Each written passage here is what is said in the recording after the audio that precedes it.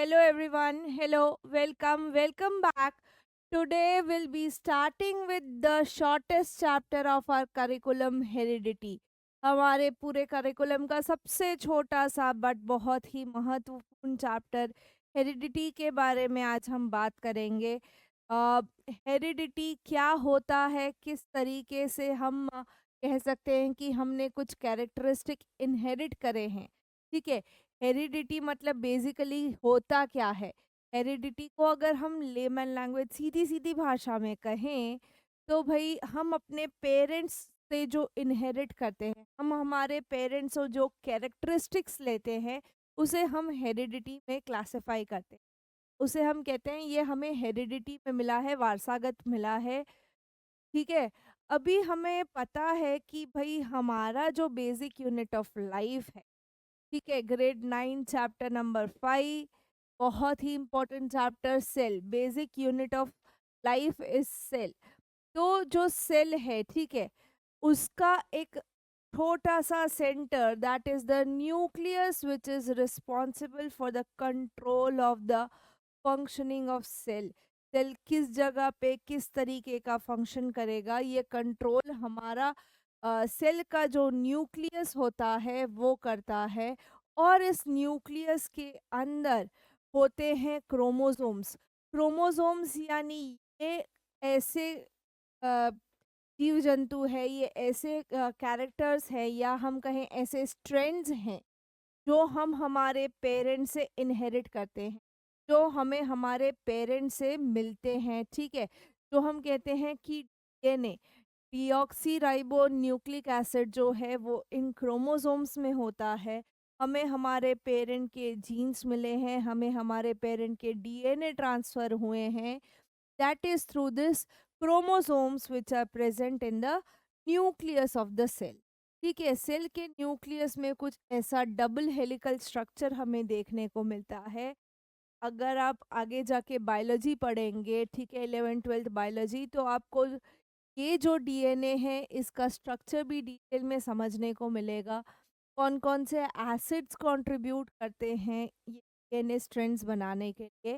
Basically अभी ये समझना है कि ये हमारा जीन है जो हम हमारे पेरेंट्स से इनहेरिट करते हैं, जो हमें हमारे पेरेंट्स से मिलता है। ये कुछ ऐसा डबल हेलिकल स्ट्रक्चर है और ये जो जीन है वो एक्चुअली रिस्पॉन्सिबल है हर टाइप के प्रोटीन बनने का। ठीक है। It is responsible for the formation of protein. Protein किस तरीके का कि भाई कौन सा कैरेक्टर हम हमारे फादर का लेंगे, कौन सा कैरेक्टर हम हमारे मदर का लेंगे, be the sex of the child. ठीक है। मेल चाइल्ड बॉर्न होगा या फीमेल चाइल्ड बॉर्न होगा, वो भी पेरेंट से कौन से प्रोटीन्स कॉपी होते हैं उसके बेसिस पे डिटरमाइन कर सकते हैं हम। ठीक है। अभी ये जो सारे कैरेक्टरिस्टिक है वो जनरेशन दर जनरेशन किस तरीके से ट्रांसफर होते हैं, हमने इससे पहले वाला जो चैप्टर पढ़ा है हमारे करिकुलम का, दैट इज थ्रू रिप्रोडक्शन। ठीक है। थ्रू रिप्रोडक्शन ये जेनेटिक मटीरियल है या जो हम कहें डीएनए है, वो ट्रांसफर होता है from the parent to the offspring. ठीक है। पेरेंट के कैरेक्टरिस्टिक बच्चे में ऑफस्प्रिंग में आए, वो होता है थ्रू रिप्रोडक्शन। ठीक है। रिप्रोडक्शन के थ्रू हम कहते हैं कि हम नए जनरेशन को बर्थ देते हैं। ठीक है। तो ये जो बेसिक यूनिट ऑफ लाइफ हमारा सेल जो है, वहाँ पे सारे चेंजेस होते हैं। ठीक है।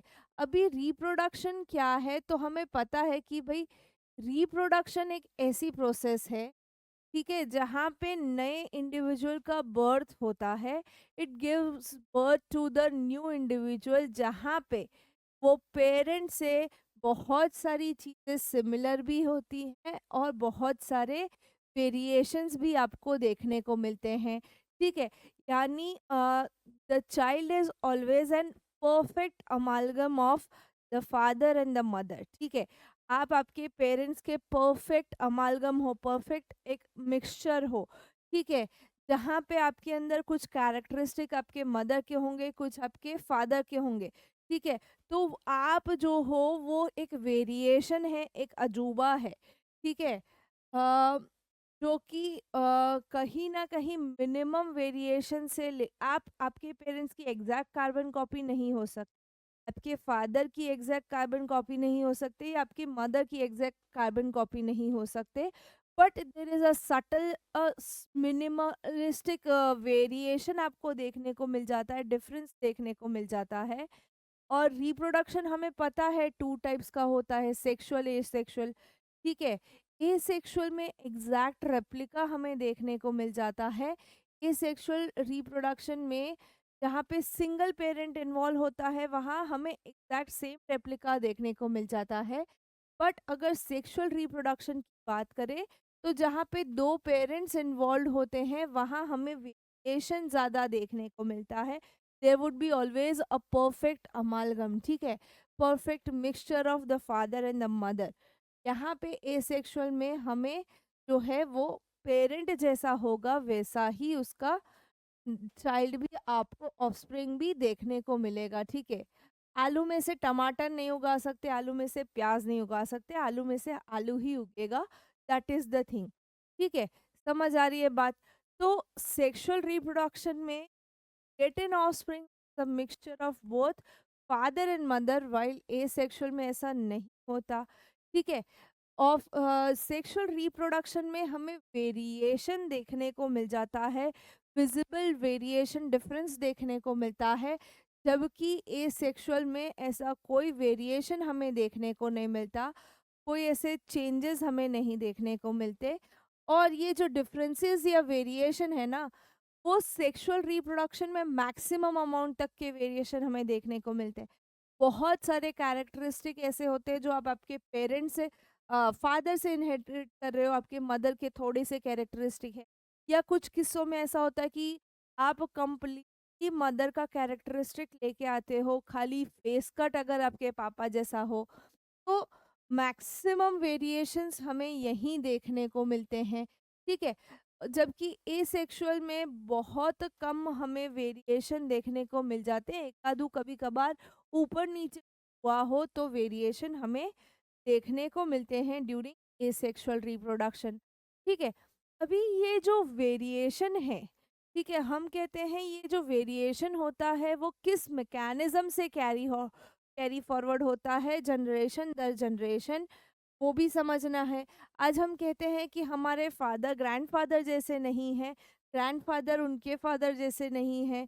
तो ये जो वेरिएशंस हैं, ये जो ट्रांसफर ऑफ कैरेक्टर्स है, वो किस मैकेनिज्म पे काम करता है जनरेशन दर जनरेशन, वो समझना ज़रूरी है। छोटा सा एग्जाम्पल लेते हैं, ठीक है? फादर एंड द मदर, ठीक है? तो अभी हम यहाँ पे पहले स्किन टोन की बात करें, तो जो चाइल्ड है उसका स्किन टोन उसकी मदर जैसा है, ठीक है? चाइल्ड का स्किन टोन उसकी मदर जैसा है, द फेयर स्किन, ठीक है? बाकी आप कुछ कैरेक्टरिस्टिक अगर देखो, हाइट जैसे हो गई, तो हाइट उसकी उसके पापा जैसी है, लंबी चौड़ी, ठीक है? The child has inherited the colour of the mother and the height of the father. तो यहाँ पे जो वेरिएशन क्रिएट होगा, और ये जब नेक्स्ट जनरेशन पे कैरी फॉरवर्ड होगा, तो स्किन टोन हो गया, हाइट हो गई, ठीक है? ये सारी चीज़ें इनहेरिटेंस में जनरेशन दर जनरेशन वेरिएशंस क्रिएट करती है, ठीक है? Inheritance from the previous generation provides both common basic body designs, ठीक है? दोनों की कॉमन बॉडी फिजिक को कंबाइन करके एक नया वेरिएशन चाइल्ड में देखने को मिलता है। Height and the skin tone, उसके अलावा लोअर बॉडी पोस्चर देखा जाता है, अपर बॉडी पोस्चर देखा जाता है, आंखों का कलर हम डिफाइन करते हैं, हेयर का कलर डिफाइन करते हैं जो हम हमारे पेरेंट्स से इनहेरिट करते हैं। तो ऐसे बहुत सारे कैरेक्टर्स हैं जो हम हमारे पेरेंट्स से इनहेरिट करते हैं, and it is always a mixture, always an अमालगम of both of them, ठीक है? समझ आ रही है बात? अभी अगर हम बात करें कि भाई कभी कभार इतने ज़्यादा चेंजेस नहीं होते, subtle minimalistic to the maximised changes हमें देखने को मिलते हैं, वेरिएशन देखने को मिलता है जनरेशन दर जनरेशन। आप अपने फैमिली में खुद देख सकते हैं कि you are a copy of your father और योर मदर, या परफेक्ट अमालगमेशन है, 50-50 है केस भाई। वो आप खुद ऑब्जर्व कर सकते हो आपके घर में, ठीक है। तो जब भी ये characteristic one generation to another generation transfer होती है, हम इसे हेरिडिटी कहते हैं। हम इसे हेरिडिटी कहते हैं, ठीक है। From the mother it is gone to the child, from the father to the child, child carry forward करेगा टू द नेक्स्ट जनरेशन। तो जो भी कैरेक्टर्स ट्रांसफर हुए हैं, they all are called as heredity, that is what the child has inherited from the parent.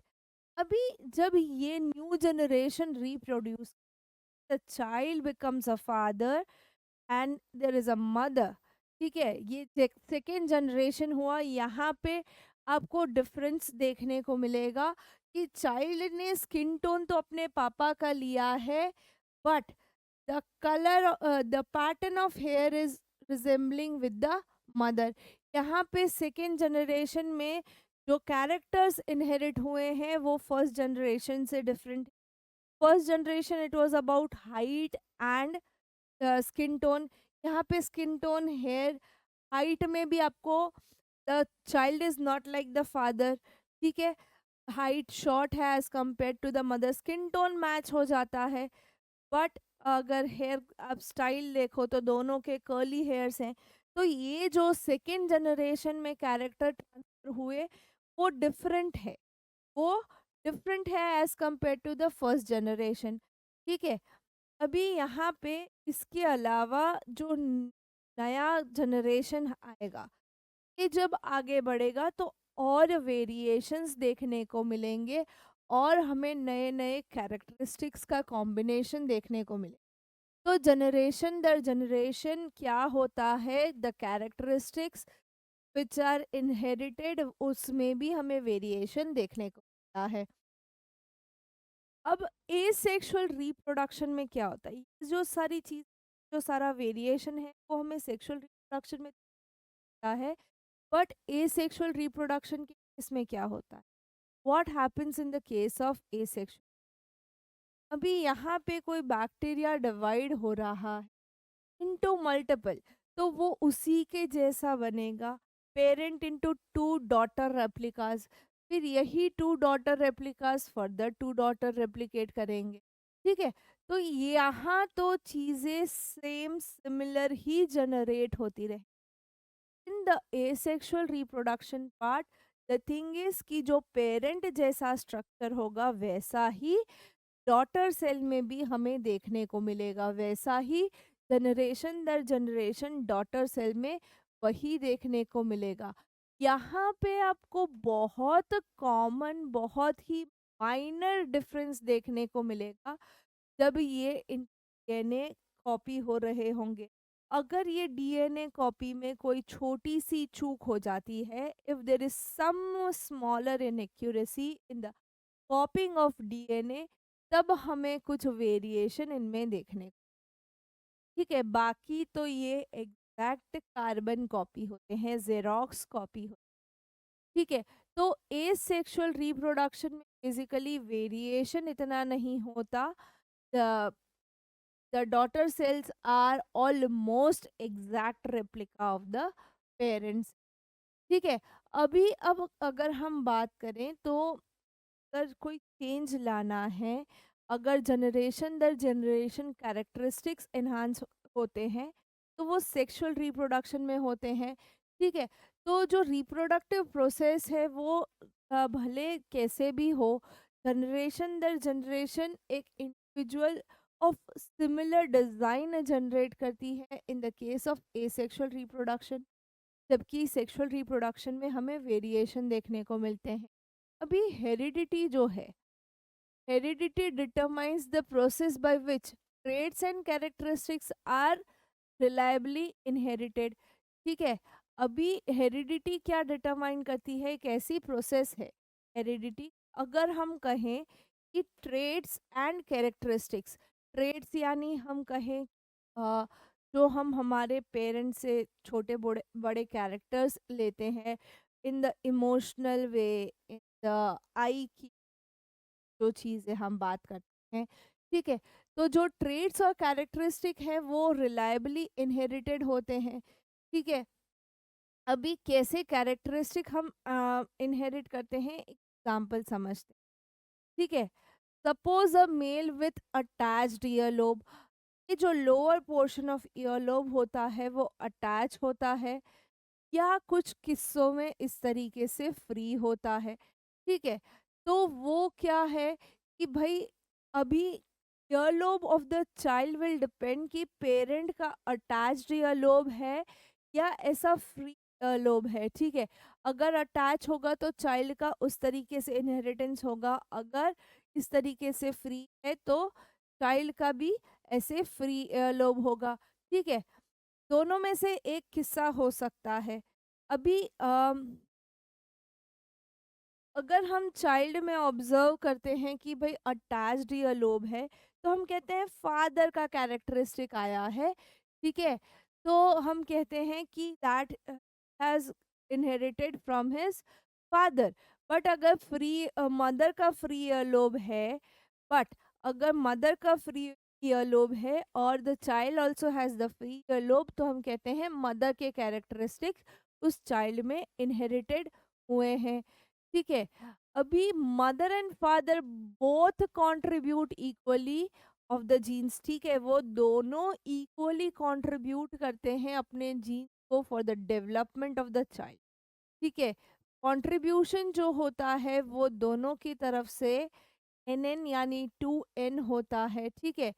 And if different trait then what percentage of trait goes to the offspring from partner, ठीक है। हम कहते हैं कि भाई an an equal amount of gene transfer या characteristic transfer होते हैं, बट कभी कभार पेरेंट के कैरेक्टरिस्टिक मेल कैरेक्टरिस्टिक चाइल्ड पे हैवी हो जाते हैं एज कंपेयर टू फीमेल।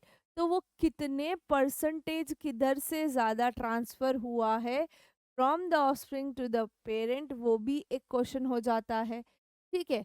अभी ये जो सारे क्वेश्चंस हैं इसको अगर हम कहते हैं इनहेरिट करते हैं, ठीक है। तो यहाँ पे एक एग्जाम्पल लेते हैं। चाइल्ड बॉर्न हुआ 20 जुलाई 1822, he went to monastery for education, ठीक है। वहाँ पे से वो जाता है आगे पढ़ने के लिए science and maths at the university of Vienna.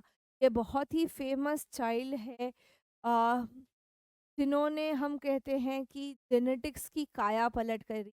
उनकी स्टोरी हम समझते हैं।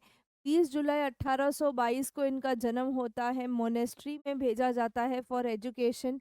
वहाँ से वो यूनिवर्सिटी ऑफ वियना जाते हैं for science and mathematics study करने के लिए। वहाँ पे जब एग्ज़ाम देते हैं फॉर टीचिंग सर्टिफिकेट और फेल होते हैं, बट वो फेलियर को इतना अपने ऊपर हावी नहीं होने देते और जो उनको साइंस के प्रति रुचि थी या साइंस के प्रति जो लगाव था उसको और बढ़ाते हैं, उसके पीछे काम करते हैं। वो मोनेस्ट्री वापस चले जाते हैं जहाँ उन्होंने अपनी बेसिक एजुकेशन करी थी और वहाँ पे मटर उगाना शुरू कर देते हैं। ही स्टार्ट्स ग्रोइंग पीस, मटर उगाना शुरू कर देते हैं भाई, ठीक है। अभी जब ये मटर उगाते हैं, this is story of Mendel, John Gregor Mendel, ठीक है। Mendel blends his knowledge of science and maths and first one two keep count of individual exhibiting a particular trait in each generation, ठीक है। मटर खाली खाने के लिए, अच्छा चलो भाई विंटर आ गया, मटर छील के हम मस्त मटर की कचौरियाँ खाए, उसके लिए वो मटर नहीं उगा रहे थे। वो मटर के कैरेक्टरिस्टिक्स को पकड़ रहे थे। जनरेशन दर जनरेशन कौन से कैरेक्टर्स ट्रांसफर हो रहे हैं, उसकी स्टडी करने के लिए ये भाई साहब मटर उगा, ठीक है। ये भाई साहब को मटर की कचौरियाँ बाद में खानी थी, पहले उसके ऊपर रिसर्च करना था। और हम चलो ना आ गए मटर खा लो, और करते रहो मटर गश्ती। ठीक है, यहाँ ये जो पर्टिकुलर कैरेक्टरिस्टिक पर्टिकुलर ट्रेट्स को समझ रहे थे जनरेशन दर जनरेशन, तो उन्होंने एक लॉ पे या एक लॉ पे वर्क किया, या हम कहें एक लॉ बनाया जिसको नाम दिया लॉ ऑफ इनहेरिटेंस। इनहेरिटेंस मतलब हमें जमीन जायदाद में हमारे पापा मम्मी से क्या मिलेगा वो नहीं, हम जमीन जायदाद की नहीं, हमारे कैरेक्टरिस्टिक्स की बात कर रहे हैं जो हम हमारे पेरेंट्स से इनहेरिट करते हैं। ऐसा ही इनहेरिटेंस इन्होंने पीस प्लांट में भी देखा, हरे मटर, सफ़ेद मटर, ठीक है, फ्लावर्स का कलर, पॉड कितना बड़ा है, लीव्स कैसी हैं, पौधा बड़ा ग्रो होता है, छोटा ग्रो होता है, बहुत सारे छोटे छोटे कैरेक्टर्स को ध्यान देके मेंडल साहब ने ये जो पी प्लांट का एक्सपेरिमेंट किया था, इसको हम समझते हैं थोड़ा डिटेल में। ठीक है, यहाँ पे क्या है ना कि भाई साहब मटर पे स्टडी करते करते इतनी बड़ी रिसर्च कर डाली कि हम मेंडल साहब को क्या कहते हैं, फादर ऑफ जेनेटिक्स। ठीक है, अभी मेंडल साहब का एक्सपेरिमेंट क्या था कि उन्होंने 7 contrasting characteristic of Pisum sativum. अच्छा, ये पीसम सटाइवम क्या है, जो गार्डन में उगने वाले मटर है उसका साइंटिफिक नाम है। वो मटर के मटर जो है पीसम सटाइवम वैरायटी का, उसके साथ ऐसे विजिबल डिफरेंशिएटिंग कैरेक्टर्स उन्होंने पकड़े। ठीक है, कौन से थे वो 7 कैरेक्टर्स, उनको अगर देखें तो प्लांट की हाइट टॉल थी या शॉर्ट थी। ठीक है, प्लांट की हाइट टॉल थी या ड्वार्फ थी, हम कह सकते हैं। Colour of the flower, purple colour का फ्लावर हो रहा था या वाइट कलर का फ्लावर हो रहा था। ठीक है, दो कैरेक्टरिस्टिक ये हुए। तीसरा, सीड का शेप, यानी अंदर जो पॉड में मटर हो रहे थे वो राउंड थे या इस तरीके से रिंकल्ड थे, राउंड थे या रिंकल्ड थे। ठीक है, उसके अलावा सीड का कलर, राउंड रिंकल तो ठीक है, बट ये मटर का कलर एक येलो एंड एक white, sorry green, yellow and green colour के मटर। ठीक है, ये येलो सूखने पे सफेद मटर कहा जाता है। हाइट ऑफ द प्लांट ले लिया, फ्लावर का कलर ले लिया, सीड का शेप ले लिया, सीड का कलर ले लिया, 4 कैरेक्टरिस्टिक डाउन। अब आता है पॉड का कलर, यानी जिसके अंदर मटर होते हैं, ग्रीन कलर का है या येलो कलर का है, इस तरीके का। ठीक है, पॉड के कलर के बाद उन्होंने पॉड के शेप को लिया, फुल है या इस तरीके से कंस्ट्रक्टेड है, पूरा का पूरा सिंगल पॉड है या उसमें भी बीच में ऐसे रिस्ट्रिक्शंस हैं। ठीक है, पोजीशन ऑफ फ्लावर, फ्लावर कौन सी पोजीशन पे है, तो भाई एक्सियल पे है या टर्मिनल पे है, बीच में ब्रांचिंग के पास एक्सिस पे है या on the top terminal position पे फ्लावर है। ऐसे 7 अलग अलग कैरेक्टरिस्टिक एक ही variety of P plant, that is Pisum sativum के मेंडल साहब ने एक्सपेरिमेंट करने के। ठीक है, अभी वो क्या सोच रहे थे ना, ट्रेड्स कैसे कैरी फॉरवर्ड हो, ये ट्रेड्स जनरेशन दर जनरेशन किस तरीके से फॉरवर्ड हो वो तो पता नहीं है। ठीक है, तो चलिए देखते हैं किस तरीके से कैरी फॉरवर्ड होते हैं। जो ऑफस्प्रिंग है, उनका मानना ऐसा था कि जब मैं पर्पल और वाइट फ्लावर वाले जो प्लांट्स हैं उनका क्रॉस ब्रीड करूं, बाय क्रॉसिंग देयर ट्रेड्स, मुझे कौन सा कितने परसेंटेज में मिलेगा वो समझना था, to calculate the percentage of offspring with particular trait. अभी जब इसका क्रॉस ओवर होगा, नई जनरेशन जब बनेगी, तो उसमें कितने परसेंट मैं ये शर्त लगा सकता हूँ कि पर्पल फ्लावर होगा, या कितने परसेंट मैं ये कह सकता हूँ कि वाइट फ्लावर होगा। ठीक है, तो ये जो कैलकुलेशन है, इन्होंने बहुत सारे क्रॉसओवर्स करे, जिसके अंदर से ज़्यादा कैरेक्टरिस्टिक एक से ज़्यादा ट्रेड्स को इन्होंने क्रॉस ओवर किया, जैसे टॉल एंड ड्वार्फ। यहाँ पे एक ही पेयर बना at a time, only one pair at a time उन्होंने काम किया। तो मेंडल ने जब ये कैरेक्टरिस्टिक लिया, single character at a time काम किया, तो उसको उन्होंने नाम दिया मोनो हाइब्रिड क्रॉस। क्या नाम दिया उन्होंने? Mono hybrid cross. ठीक है। तो इन्होंने यहाँ पे एक ही कैरेक्टर लिया था, कौन सा? Tall and dwarf. प्लांट की हाइट को लिया था, ये मोनो, सिंगल और हाइब्रिड, यानी कि यहाँ पे दो characteristic of the similar thing उन्होंने क्रॉस ओवर किए थे। ठीक है। तो जब टॉल एंड ड्वार्फ प्लांट अगर हम क्रॉस ब्रीड, तो first parent from this crossing जो बनेगा, first parent from this crossing को हम F1 जनरेशन नाम देते हैं, F1 जनरेशन नाम देते हैं। तो यहाँ पे किस तरीके से होगा जब मोनो हाइब्रिड क्रॉस, जब सिंगल क्रॉस हुआ तो क्या हुआ? तो जब मेंडल साहब ने टॉल पी प्लांट को ड्वार्फ पी प्लांट से क्रॉस ओवर किया, ठीक है, टॉल एंड ड्वार्फ प्लांट को क्रॉस ओवर किया, तो मेंडल ने ऑब्जर्व किया कि पहली जनरेशन, द फर्स्ट जनरेशन, कि भाई जो कैरेक्टर था प्लांट का टॉल और ड्वार्फ, तो टॉल प्लांट्स तो उन्हें बहुत सारे देखने को मिले, पर ये ड्वार्फ कैरेक्टर गया किधर? ड्वार्फ कैरेक्टर का जीन कहीं गायब हो गया। तो उन्होंने अब क्या किया ना, कि ये जो टॉल पी प्लांट थे फर्स्ट जनरेशन को, उनको उन्हीं से क्रॉस ओवर किया, means tall to tall cross over किया। ठीक है। तो उन्होंने ऐसा ऑब्जर्व किया कि भाई जब मैं सेकेंड जनरेशन, पहला जनरेशन क्या था? Tall to dwarf. ठीक है, उसमें उनको सारे टॉल प्लांट मिले, तो कंफ्यूज हो गए कि भाई क्यों ड्वार्फ कैरेक्टर गया किधर। तो अब उन्होंने जो फर्स्ट जनरेशन में टॉल प्लांट्स मिले थे, उन्हीं का क्रॉस ब्रीड किया, जो कि हो गया सेकेंड जनरेशन। अभी उसमें क्या हुआ ना, सेकेंड जनरेशन में उनको 3 बड़े पौधे मिले, एक छोटा पौधा मिला, 3 toll P plants while 1 dwarf plant character उनको देखने को मिला। यानी कि फर्स्ट जनरेशन में जो ड्वार्फ प्लांट का कैरेक्टर था वो कहीं छुप गया था, दब गया था, जो कि सेकेंड जनरेशन में उभर के आया। अभी क्या समझ आता है इससे? वो थोड़ा देख लेते हैं, कुछ टर्मिनोलॉजीज हैं मेंडल के एक्सपेरिमेंट में, उसको समझते हैं।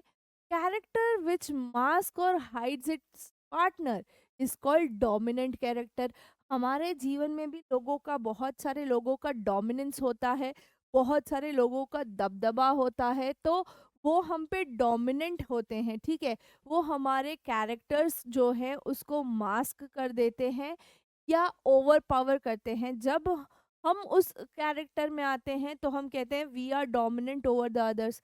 और अगर हमारे कोई कैरेक्टर दब जाते हैं, छुप जाते हैं, तो उसे हम रिसेसिव कहते हैं, उसे हम रिसेसिव कहते हैं।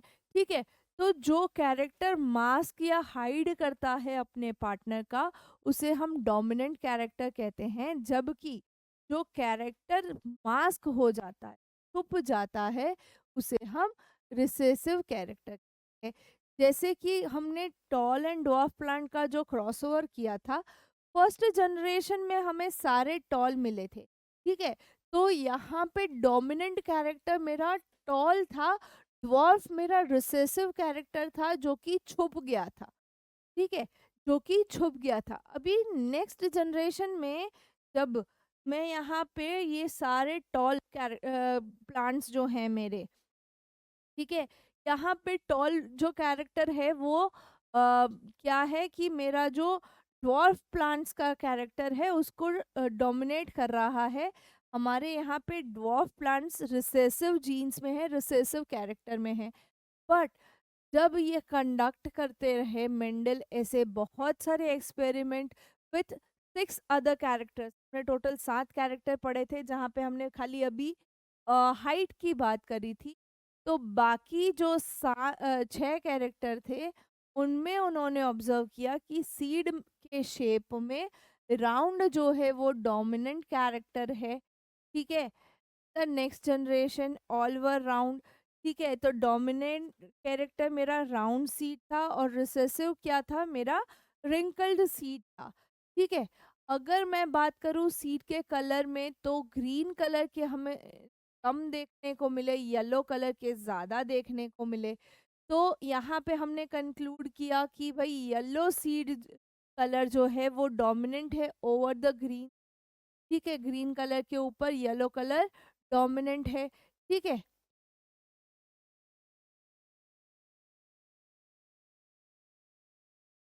पॉड का शेप, पॉड का शेप एक फुल और एक कंस्ट्रक्टेड था। जब इनका क्रॉसओवर हुआ तो हमें चार फुल में मिले, यानी कि नेक्स्ट यहाँ पे जो हमारा फुल पॉड जो था कैरेक्टर, वो डोमिनेंट था ओवर द कंस्ट्रिक्टेड वन, ठीक है। कंस्ट्रिक्टेड हमारा रिसेसिव कैरेक्टर था। समझ आ रही है बात, डोमिनेंट एंड रिसेसिव कैरेक्टर्स में। अभी पॉड का जो कलर है ग्रीन एंड येलो, ठीक है। ग्रीन एंड येलो हमें जो के बाद क्रॉसओवर के बाद देखने को मिलता है, वो हरे कलर के पॉड देखने को मिलते हैं।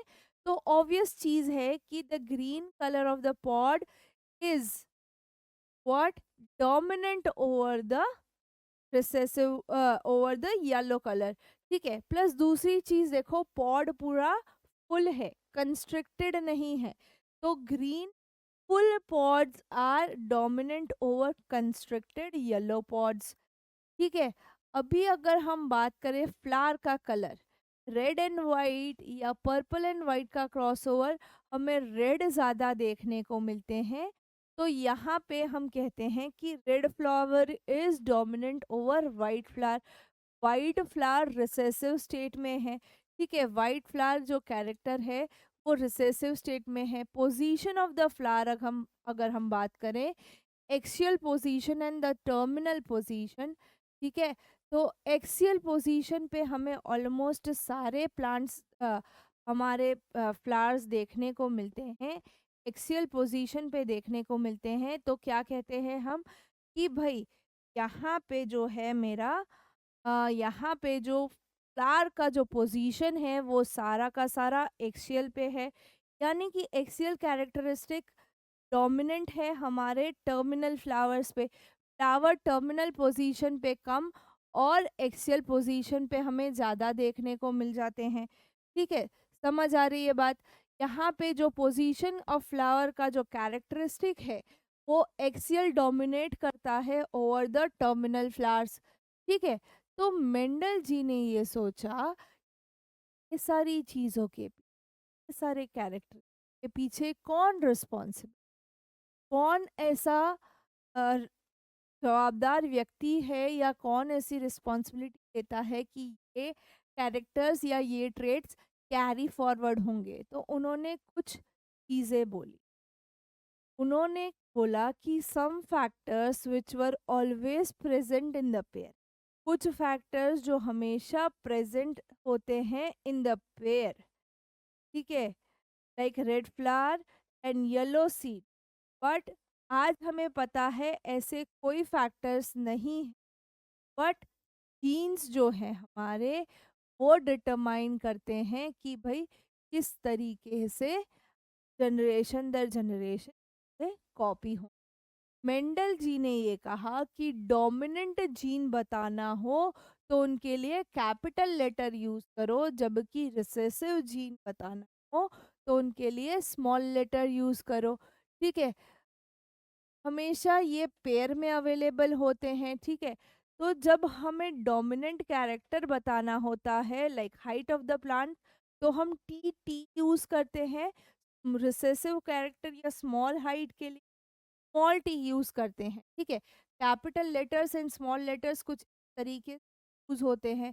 कलर ऑफ फ्लावर रेड और वाइट के लिए आर आर, फिर पॉड का कलर ग्रीन कुछ इस तरीके से, ठीक है। तो यहाँ पे बहुत सारे ऐसे टर्मिनोलॉजीज यूज करे गए। Appearance of any detectable characteristic of an individual को हमने फिनोटाइप बोला।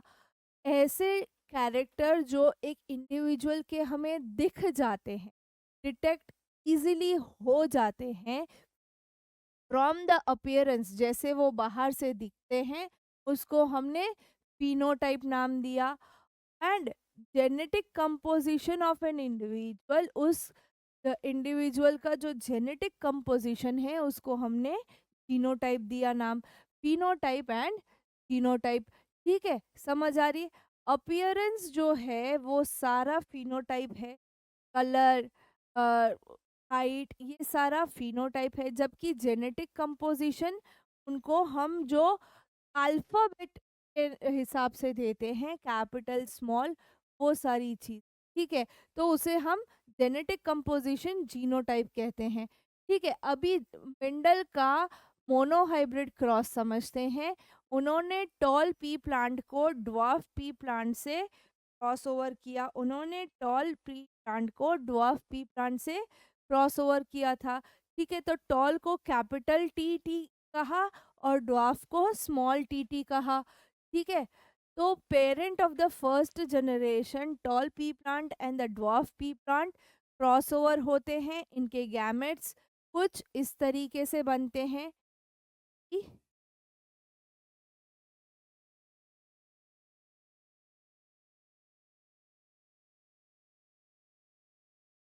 है, ये 4 गैमेट बने जब इन पेरेंट का क्रॉसओवर हुआ। ये हमारे लिए फिलहाल के लिए फर्स्ट जनरेशन प्रोड्यूस हुई, हमारी फर्स्ट जनरेशन प्रोड्यूस हुई। ये F1 जनरेशन में हमने देखा कि टॉल जो था वो डोमिनेंस में था, जबकि शॉर्ट जो था या हाइट जो ड्वार्फ प्लांट की थी, वो रिसेसिव कैरेक्टर था। अब ये जो फर्स्ट जनरेशन के प्लांट थे उसी में ने दो और प्लांट का क्रॉसओवर कराया जो टॉल थे। ठीक है, tall of the first generation crossover कराया कुछ इस तरीके से।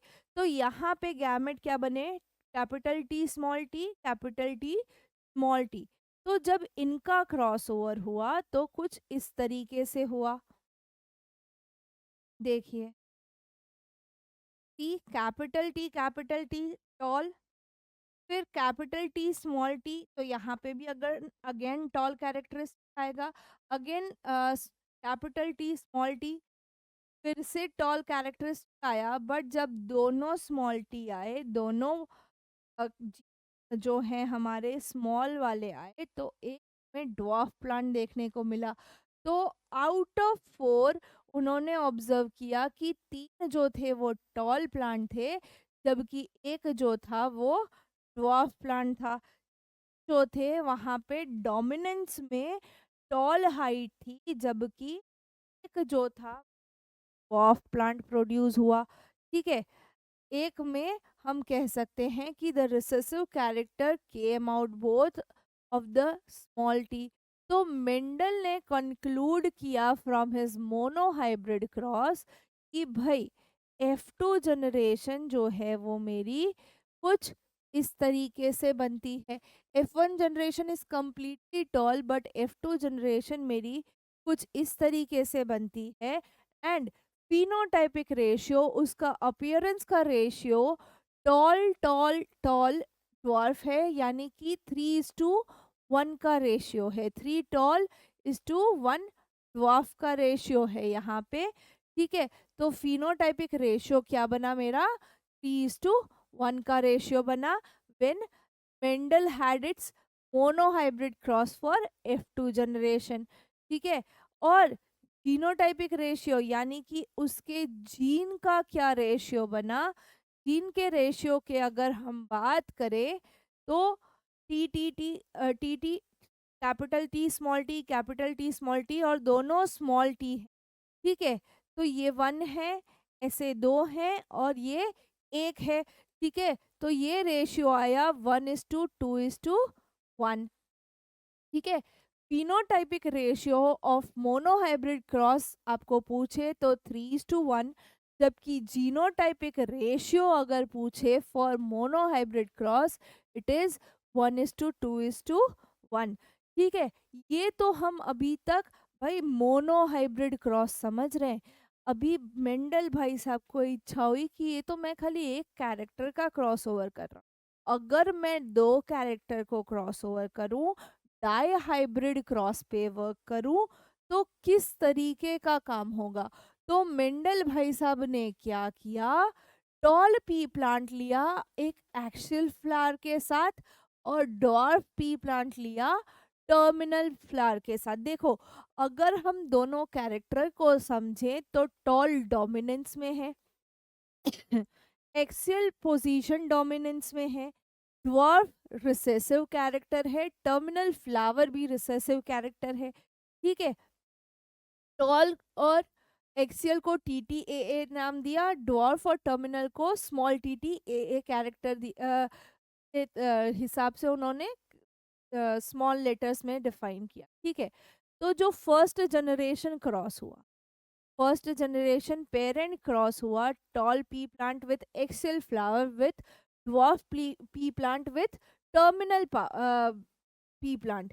तो क्रॉस ओवर जो हुआ फर्स्ट जनरेशन का, वो कुछ इस तरीके से हुआ, जहाँ पे T A A T A ए ये सब सेम रहा, बट क्या हमें समझ में आया कि प्लांट जो ग्रो हुए उसमें डोमिनेंट कैरेक्टर यानी कि हमारा tall and axial position dominate कर गया over the dwarf and the terminal position. ठीक है, जो पोजीशन की बात करें फ्लावर की, तो axial dominate over the terminal, जबकि हाइट की बात करें तो tall dominated over the dwarf character. ठीक है, ये तो फर्स्ट जनरेशन क्रॉस ओवर हुआ। अभी इसी को सेल्फ पॉलिनेशन पे जब हम सेकेंड जनरेशन क्रॉस करते हैं तो कुछ इस तरीके का टेबल बनता है। ठीक है, अभी देखिए, फर्स्ट टॉल एंड एक्सियल, फिर इस तरीके से tall axial with tall dwarf. ठीक है, टी टी ए ए, यहाँ पे ये कंटिन्यूअस इस तरीके से क्रॉसओवर्स होते रहेंगे। ठीक है,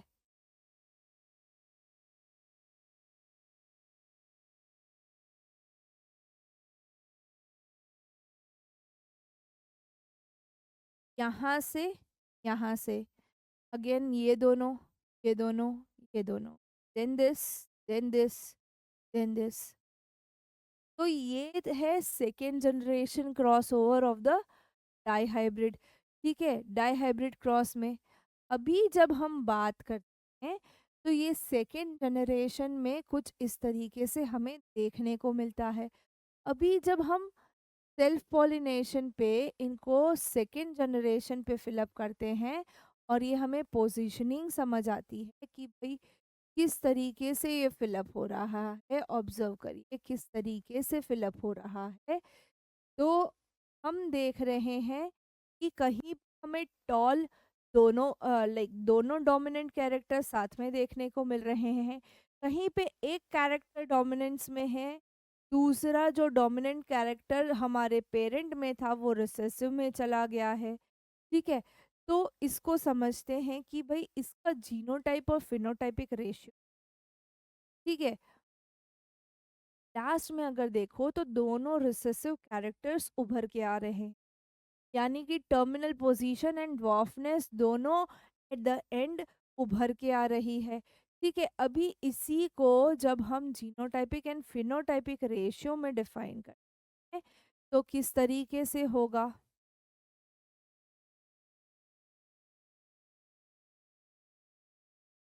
ठीक है, ये हमारा डाईहाइब्रिड क्रॉस है, ये हमारा डाईहाइब्रिड क्रॉस है जो हमने ऑब्टेन किया है।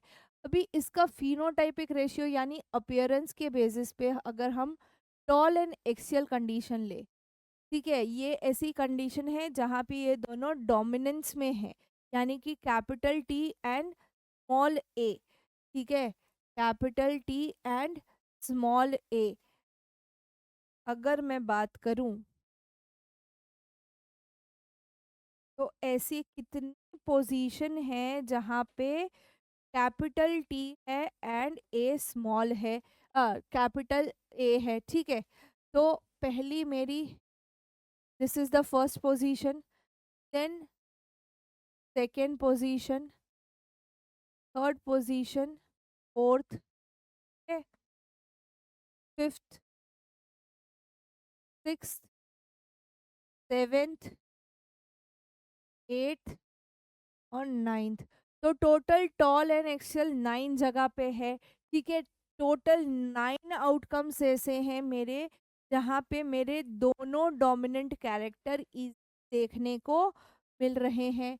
अभी दूसरा कैरेक्टर मैं देख रही हूँ, प्लांट तो टॉल है बट मेरा जो फ्लावर है वो टर्मिनल पोजीशन पे है।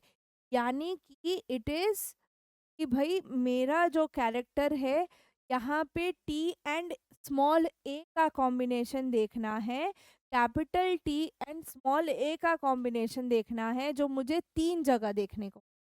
कौन कौन सी? 1, 2 एंड, देखो यहाँ पे कैपिटल टी स्मॉल ए, कैपिटल टी स्मॉल ए, कैपिटल टी स्मॉल ए। यानी कि पौधा मेरा टॉल है बट जो फ्लावर है वो टर्मिनल पोजीशन पे है, एक्सियल पोजीशन पे नहीं है।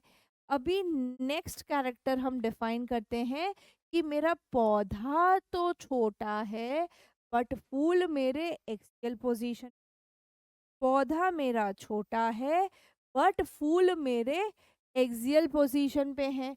तो अगर हम बात करें तो यहाँ पे हमें ऑब्जर्व करना है small T and capital A. क्या ऑब्जर्व करना है? Small T and capital A को ऑब्जर्व करना है।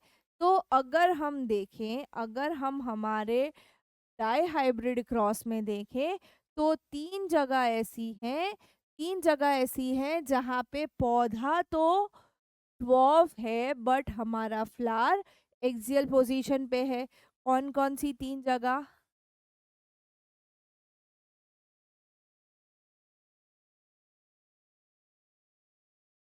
ठीक है, ये 3 प्लेसेस ऐसी हैं जहाँ पे मेरा पौधा ड्वार्फ है बट फ्लावर जो है, पुष्पा जो है वो एक्सियल पोजीशन पे है। ठीक है, फिर आता है मेरा पौधा भी ड्वार्फ होना और उसकी पोजीशन, फ्लावर की पोजीशन भी टर्मिनल होना। पुष्पा जी को भी हम टर्मिनल पोजीशन पे ले आए। तो small T small A combination, small T small A combination आपको कहाँ देखने को मिलेगा? Only at the single last position, small T small A. ठीक है, समझ आई बात? क्लियर? तो फिनोटाइपिक रेशियो अगर हम यहाँ पे देख, इस केस में डाई हाइब्रिड क्रॉस में हम फिनोटाइपिक रेशियो को अगर समझें तो क्या है? It is 9:3:3:1। फिनोटाइपिक रेशियो मेरा 9:3:3:1 का है। ये तो हमने फिनोटाइपिक रेशियो देखा। अभी इसी का जीनोटाइपिक रेशियो क्या होगा? जीन जो कैरेक्टर्स जो कैरी फॉरवर्ड हुए हैं उसका रेशियो। तो दोनों कैपिटल टी टी ए ए, ठीक है, वो एक ही प्लेस है यहाँ पे, समझ आ रही है? वो एक ही जगह पे है।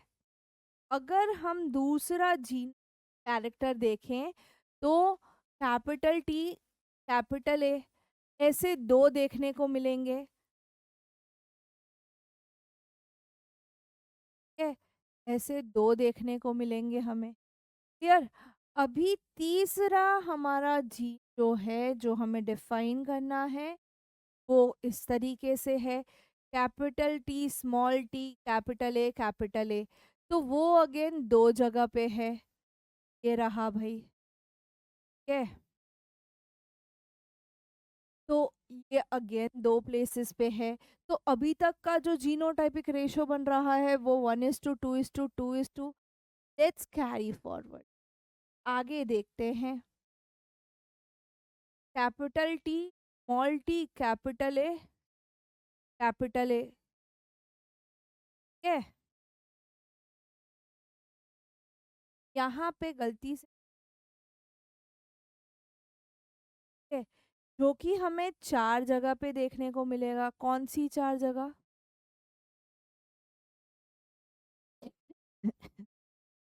तो 4 है। 4 जगह पे capital T, small T, capital A, small A देखने को मिल गया। अभी next capital T, small T दोनों स्मॉल ए, तो वो हमें 2 जगह पे देखने को मिलता है। कौन-सी 2 जगह?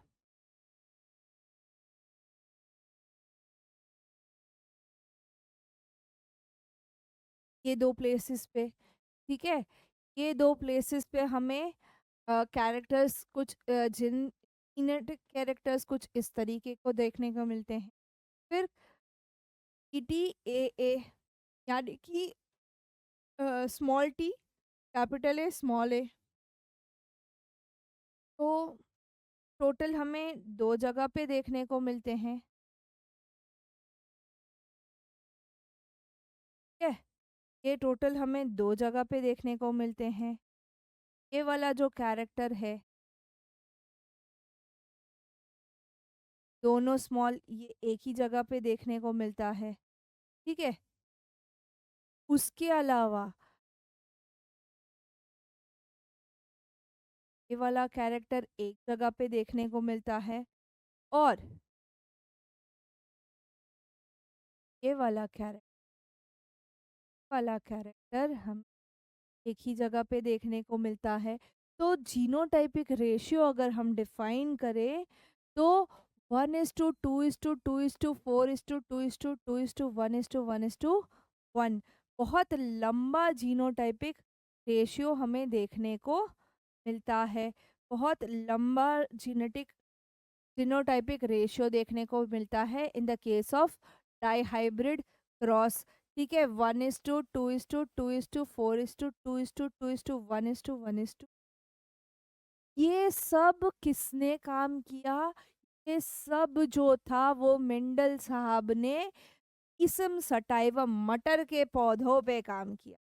एक न्यूटन भाई साहब थे जिन्होंने हमें ग्रेविटेशन सिखाया और एक मेंडल भाई साहब थे जिन्होंने मटर पे से हमें पूरा जीनेटिक समझा दिया, पूरा जी कैसे ट्रांसफर होता है वो समझा दिया। खत्म होता है हमारा हेरिडिटी चैप्टर। बहुत ही सिंपल, बहुत ही इजी चैप्टर है, ठीक है? मिलते हैं नेक्स्ट वीडियो में with a new chapter. Till then, bye.